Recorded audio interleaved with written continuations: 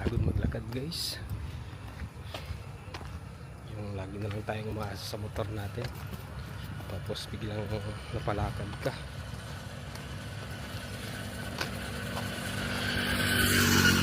Puyat ko naman tayo kagabi, kaya iniiwasan ko na talagang magpuyat kasi nakakatanda eh. Baka tayong tumatanda nito.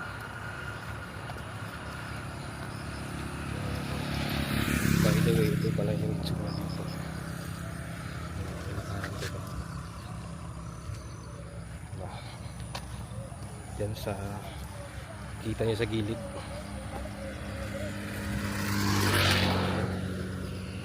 Maraming mga puno. Video natin guys. Okay. Yan.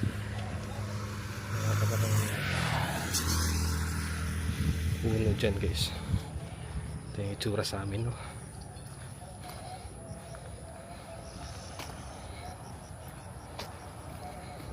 So sa mga hindi nakakaalam anong ginagawa natin dito is naglalakad-lakad ka, exercise para ma-improve natin yung cardio natin. At tignan niyo naman yung panahon, napakaganda, hindi mainit at hindi rin siya paulan. Ito may mga mais, walang kung kaninong mais to guys, pero maliliit pa siya, hindi pa pwedeng kumuha. Yan. Ito yung itsura dito, at malawak din yung daan natin dito, 4 lanes na, kahit nasa bukid na kami rito.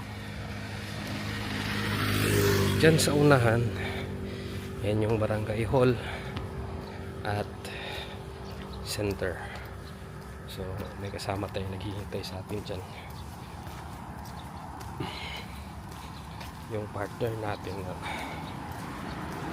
nagpunta sa center.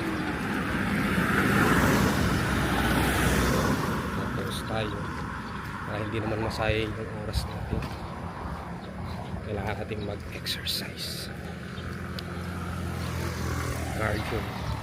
Siguro kahit 30 minutes lang a day na paglalakad-lakad is okay na rin yan. Kasi sa panahon natin ngayon, lagi na lang tayo naka-gadget sa trabaho.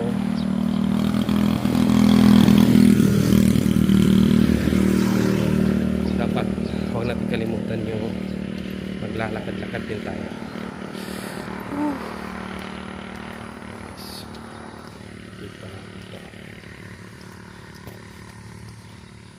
Dati-rati napakadami ng puno rito, malalaki. Nung nagkaroon ng road widening, pinutol na nila. Kahit dito maraming puno.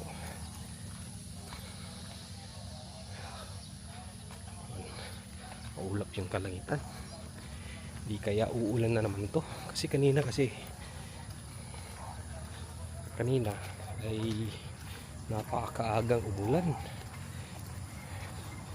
7 AM nagkaroon na ng ulan. Ngayon tumigil yung ulan. May baka pala rin. Hindi kaya tayo aatakihin ng bakang to. Tingnan nyo naman yung sungay. Napakaraking sungay yan.